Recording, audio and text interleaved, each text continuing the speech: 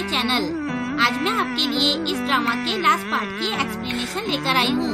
तो चलिए कहानी की शुरुआत करते हैं। लास्ट पार्ट में हमने देखा था कि किम वॉन और दायुन कपल बन जाते हैं और दूसरी तरफ लिमिन वूरी को बताता है कि जिस लड़की को वो ढूंढ रही है वो लड़की दायुन है। कहानी में आगे हम देखते हैं कि वूरी लिमिन से फिर से पूछती है कि क्या सच में वो लड़की दायुन है। लिमिन हाँ कहता है।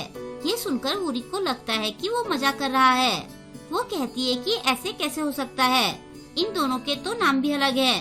लिमिन कहता है कि जो डाटा तुमने मुझे दिया था उस लड़की की age, date of birth, ID number सब दायुन से मिलता है और दोनों की कास्ट भी सेम है। ये सुनकर वूरी सोच में पड़ जाती है। बाद में दायुन कमरे में वापस आती है और बहुत खुश होकर उसे बताती है कि अब वो और किम वॉन कपल बन गए हैं। ये सुनकर वूरी उसे कांग्रेचुलेट करती है। दायुन कहती है कि किम वॉन मुझे पहले से पसंद करता था, आज मैं बहुत खुश हूँ। इसके बाद वो वूरी को उसकी हेल्प के लिए थैंक्स कहती है। बातों ही बातों में वूरी उससे पूछती है कि क्या तुमने कभी अपना नाम बदला था या फिर तुम आगे नाम बदलने की सोच रही हो। दायुन कहती है कि मैंने अपना नाम नहीं बदला था और ना ही मेरा ऐसा करने का कोई इरादा है। नेक्स्ट मॉर्निंग वूरी सबके उठने से पहले ही घर वापस आ जाती है। वो वहाँ नोट छोड़कर आती है कि कुछ अर्जेंट काम पड़ने की वजह से मैं घर जा रही हूँ। घर में आकर वो दायुन के कमरे में जाती है और वहाँ उसकी आईडी ढूंढने लगती है। फाइनली उसे दायुन की आईडी मिल जाती है। वो अपनी मॉम का आईडी नंबर याद करने की कोशिश करती है लेकिन उसे याद नहीं आता। तभी उसे ध्यान आता है कि उसके फोन में उसकी मॉम की आईडी पड़ी है। वो अपना फोन निकालकर आईडी मैच करती है। वो प्रे करती है कि ये दोनों अलग पर्सन हो, लेकिन दोनों आईडी में नाम के अलावा सब सेम होता है। इससे ये प्रूव हो जाता है कि दायुन ही उसकी मॉम है। ये देखकर उसे बहुत बड़ा शॉक लगता है। उसे अभी भी ये समझ नहीं आता कि फ्यूचर में उसकी मॉम का नाम अलग क्यों है। तभी बाहर किसी के आने की आवाज आती है।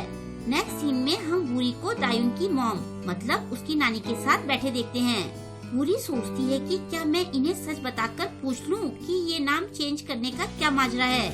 फिर वो सोचती है कि अगर मैंने इन्हें अपने फ्यूचर से आने वाली बात बताई तो ये मुझे पागल समझेंगी। उसे परेशान देखकर उसकी नानी पूछती है कि क्या बात है। वूरी कहती है कि मुझे आपको कुछ बताना है। उसकी नानी कहती है कि मुझे पता है कि तुम फ्यूचर से आई हो। ये सुनकर वो चौंकते हुए पूछती है कि आपको ये कैसे पता चला। वो कहती है क्योंकि मैं भी पास से वापस आई हूँ। ये सुनकर वूरी और चौंक जाती है। उसकी नानी उसे बैकग्राउंड में पूरी स्टोरी बताती है। असल में होता ये है कि दायुन और किम वॉन साथ में रहते हैं और दायुन प्रेग्नेंट हो जाती है। किम वॉन उसकी मॉम से कहता है कि मैं दायुन और अपने बेबी की पूरी रिस्पॉन्सिबिलिटी उठाऊंगा। पहले तो दायुन की मॉम को उन दोनों की बहुत टेंशन रहती है, लेकिन टाइम बीतने के साथ साथ उन दोनों के रिलेशनशिप को सीरियस देखकर उनकी टेंशन दूर हो जाती है। दायुन और किम वॉन अपने बेबी को लेकर बहुत खुश होते हैं। फिर एक दिन किम वॉन एक शॉप में होने वाले बेबी के लिए शूज लेने जाता है, जहां उसे दायुन की कॉल आती है कि उसकी डिलीवरी होने वाली है। किम वॉन जल्दी से शॉप से निकलता है, लेकिन बाहर उसका एक्सीडेंट हो जाता है और उसकी डेथ हो जाती है। अब दायुन अपनी बेटी के साथ अकेले रह जाती है। उसे याद आता है कि उसने और किम वॉन ने अपने बेबी को अच्छी परवरिश देने का प्रॉमिस किया था।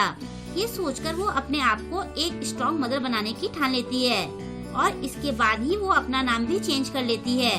अब वूरी को याद आता है कि 20 सालों में उसकी मॉम ने कितने हौसलों से उसे पाला और वो अपनी मॉम से कैसे लड़कर गुस्सा हो गई थी।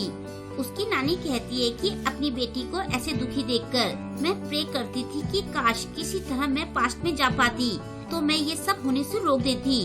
और जब एक दिन मैं रास्ते में जा रही थी तो मैंने वहाँ योर मोस्ट ब्यूटीफुल डेज नाम का रेस्टोरेंट देखा। मैं ऐसे ही वहाँ चली गई और तुम्हारी तरह पास्ट में आ गई, लेकिन मैंने ये कभी नहीं सोचा था कि मैं यहाँ तुमसे मिलूंगी। वूरी पूछती है कि अब आप आगे क्या करोगी, मेरे आने से पहले आप क्या करना चाहती थी।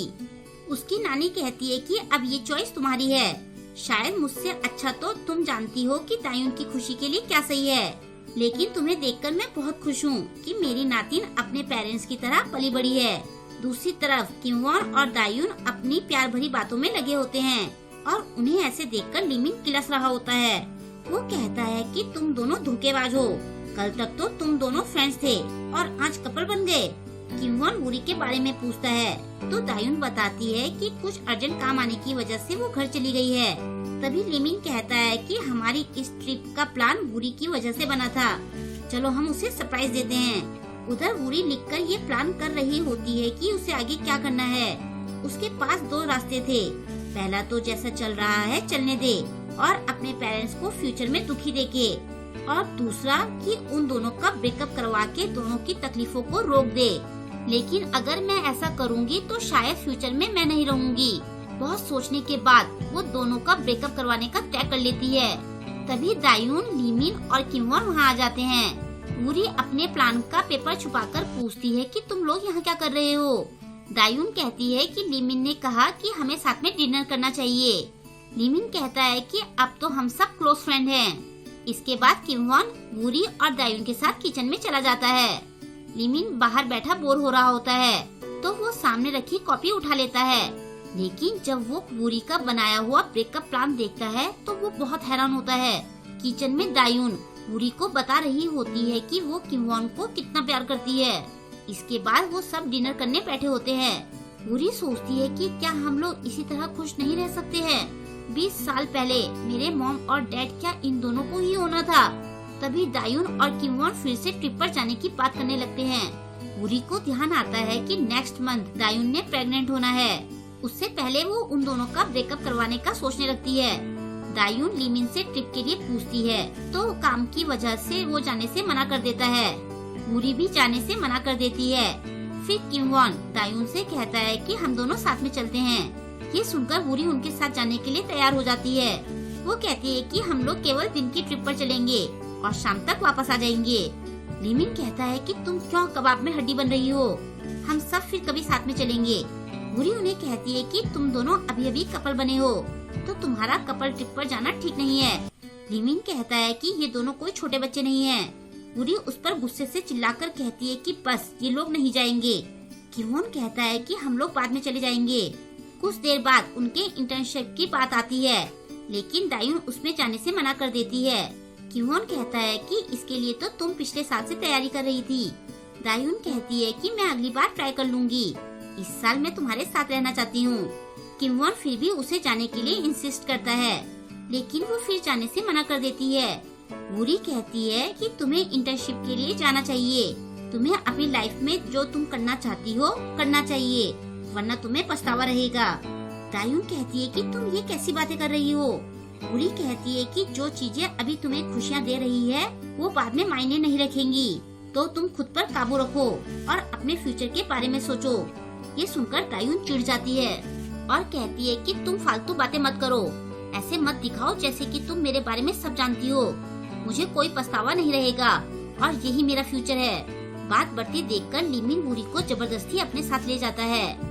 बाहर जाकर वो वूरी से कहता है कि तुम्हें ये सब नहीं कहना चाहिए था, मैंने तुम्हारी कॉपी देख ली थी, मुझे समझ नहीं आया कि तुमने उसमें क्या लिखा था, लेकिन तुम उनका ब्रेकअप क्यों करवाना चाहती हो। सच सच बताओ कि तुमने जो उसमें लिखा था वो सब मजाक था ना, या फिर मैंने सब गलत समझा। वूरी मना करती है। वो फिर पूछता है कि क्या तुम्हारी दायुन से लड़ाई हुई है। वूरी फिर मना कर देती है।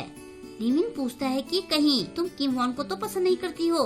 वो कहती है कि क्या तुम पागल हो गए हो। लिमिन कहता है तो फिर तुम्हारी प्रॉब्लम क्या है। वो दोनों एक दूसरे के प्यार में पागल हैं, तुम उन्हें अलग क्यों करना चाहती हो। वूरी कहती है कि मैं तुम्हें ये क्यों बताऊं, वो दोनों एक दूसरे के लिए ठीक नहीं हैं। लिमिन कहता है कि तुम एक बार फिर सोच लो। वूरी सोचती है कि अगर मैंने उन दोनों का ब्रेकअप करवा दिया तो मैं खुद ही गायब हो जाऊंगी और फिर इसके साथ मेरा रिश्ता भी खत्म हो जाएगा। इससे अच्छा तो मुझे इसे अभी खत्म कर देना चाहिए। वो लिमिन से कहती है कि कल तुमने मुझसे मेरा जवाब मांगा था, तो मैं तुम्हें बता देती हूँ कि मैं तुम्हें पसंद नहीं करती हूँ। बस ये सोच लेना कि हमारे बीच कभी कुछ नहीं हुआ था। ये सुनकर लिमिन सैड हो जाता है। वो वूरी से एक बार फिर से सोचने के लिए कहता है। वूरी कहती है कि मैंने सब सोचकर ही ये जवाब दिया है। लिमिन टूट सा जाता है। वो अपने आंसुओं को रोकते हुए वहाँ से चला जाता है। उसके जाने के बाद वूरी भी रोने लगती है। इसके बाद कुछ दिन बीत जाते हैं और नेक्स्ट मंथ आ जाता है। दायुन के कमरे में सामान ढूंढते टाइम वूरी को उनकी ग्रुप फोटो मिलती है। वो अपने मोबाइल में उसकी फोटो खींच लेती है। वो अपने फोन में फोटोज देख रही होती है। अपनी मॉम की फोटो देखकर वो सोचती है कि अगर मुझे पता होता कि इसके बाद मैं आपसे कभी नहीं मिलूंगी तो उस दिन मैं आपसे कभी नहीं लड़ती। तभी उसके फोन पर उसकी मॉम की कॉल आने लगती है। ये देखकर वो चौंक जाती है। कॉल उठाकर वो बात करती है। थोड़ी देर बात करने के बाद वो अपनी मॉम से डेट पूछती है। तब उसे पता चलता है कि फ्यूचर में तो अभी भी वही दिन है जब वो पास्ट में आई थी, मतलब वहाँ टाइम रुका हुआ है। तभी वो देखती है कि उसके पास 14% बैटरी बची होती है। फिर वो अपनी मॉम से पूछती है कि मेरे पैदा होने से पहले तो आपके बहुत सारे ड्रीम्स रहे होंगे, अगर मैं नहीं होती तो आप उनको पूरा करके खूब एंजॉय करती। उसकी मॉम कहती है कि हाँ, मैं एंजॉय तो जरूर करती। ये सुनकर उसे थोड़ा दुख होता है। वो कहती है कि मैं आपकी विश जरूर पूरी करूँगी। उसकी मॉम कहती है लेकिन मैं अभी भी बहुत खुश हूँ, मुझे कोई पछतावा नहीं है। अगर मैं पास्ट में वापस जा पाती तो भी मैं दोबारा से यही चुनती। पूरी कहती है कि आप झूठ बोल रही हो, मैंने आपके रास्ते में बहुत मुसीबतें खड़ी की हैं। उसकी मॉम कहती है कि तुमने मुझे बहुत खुशियाँ दी हैं। तुम्हें बढ़ते देखना मेरे लिए किसी गिफ्ट का मिलना था। तुम मेरी ताकत हो, तुम मेरे जीने की वजह हो। तुम्हारे बिना वापस टाइम में जाना मेरे लिए बेकार है। पूरी को याद आता है कि दायून ने कहा था कि पेरेंट्स ऐसे ही होते हैं। अगर मैं उनकी जगह होती तो मैं ये कभी नहीं कहती। उसकी मॉम कहती है कि दुनिया में ऐसा कुछ नहीं है जो तुम्हारी जगह ले सके। ये सुनकर वो रोने लगती है। फिर उसकी मॉम उसे डिनर में मिलने को कहकर कॉल काट देती है। अब वूरी के फोन में 10% बैटरी बची होती है। वो अपने फोन में your most beautiful taste restaurant खोलती है तो वहाँ उसे वापस जाने का ऑप्शन मिलता है। ये देखकर वो सोच में पड़ जाती है। वो भागकर कॉलेज जाती है क्योंकि उसके फोन में अब 5% बैटरी बची होती है। वो लिमिन के पास पहुंच जाती है। वो दोनों काफी टाइम बाद मिलते हैं। वो लिमिन से कहती है कि मेरे पास ज्यादा टाइम नहीं है, जो मैं बोल रही हूँ वो ध्यान से सुनो। उस दिन जो मैंने कहा था वो सच नहीं था, मैं तुम्हें पसंद करती हूँ, लेकिन अब मुझे जाना होगा। वो अपनी सारी गलतियों के लिए उसे सॉरी कहती है और कहती है कि मैंने तुम्हारे साथ काफी अच्छी मेमोरीज बनाई हैं, मैं उन्हें संभाल कर रखूंगी। ये सुनकर लिमिन खुश हो जाता है। आगे वो कहती है कि तुम्हें मेरा एक लास्ट काम करना होगा। इसके बाद वो उसके कान में कुछ कहती है। वो हाँ में गर्दन हिलाता है। वूरी देखती है कि उसके फोन की बैटरी अब 1% पर आ जाती है। फिर वूरी वहाँ से चली जाती है। इसके बाद हम देखते हैं कि वूरी अपने फ्यूचर वाले घर में उठती है। अपने फोन में देखकर उसे यकीन आता है कि वो वापस आ गई है। वो अपने फोन में फोटो चेक करती है तो उसे वहाँ दायून, किमवॉन और लिमिन की फोटो नहीं दिखाई देती। तभी उसकी मॉम वहाँ आती है तो वूरी उठकर उन्हें हक करती है। उसकी मॉम कहती है कि तुम फोन पर भी अजीब सी बातें कर रही थी। तभी वो बाहर देखते हुए कहती है कि पता नहीं वो कहाँ रह गया। वूरी पूछती है कि आप किसकी बात कर रही हो। उसकी मॉम कहती है कि मैं और किसकी बात करूँगी, मैं तुम्हारे फादर की बात कर रही हूँ। ये सुनकर वूरी को याद आता है कि वापस आने से पहले वूरी ने लिमिन को एक्सीडेंट वाली डेट बताते हुए कहा था कि चाहे जो भी हो जाए वो उस दिन किमवॉन को कहीं न जाने दे। लिमिन ने उसकी बात मान ली थी और इसलिए फ्यूचर में किमवॉन, जो कि वूरी का डैड है, जिंदा होता है। और इस तरह से इस ड्रामा की हैप्पी एंडिंग हो जाती है। आई होप कि आपको आज का ये ड्रामा पसंद आया होगा। आपको आज का ये ड्रामा कैसा लगा मुझे कमेंट करके जरूर बताएं और वीडियो को लाइक और शेयर करना ना भूलें।